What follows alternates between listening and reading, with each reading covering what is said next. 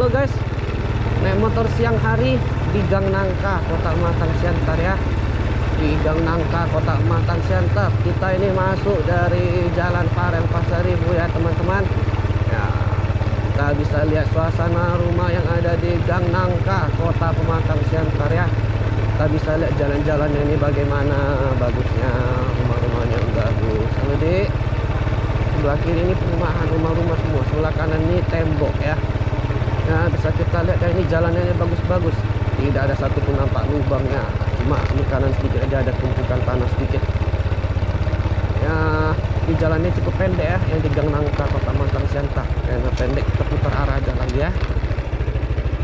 Ini jalan sentul. Jadi kita balik lagi di Gang Nangka Kota Matang Siantar ya.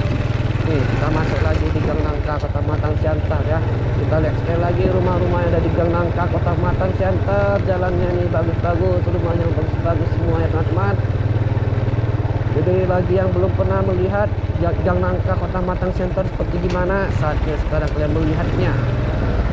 Oke, ada anjing di sini, ada satu lagi bukan tadi ini yang agak besar.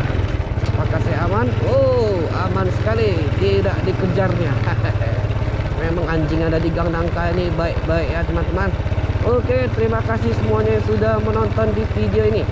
Jangan lupa subscribe channel saya, gambar loncengnya dipencet, like video ini, share video ini ke teman-teman kalian.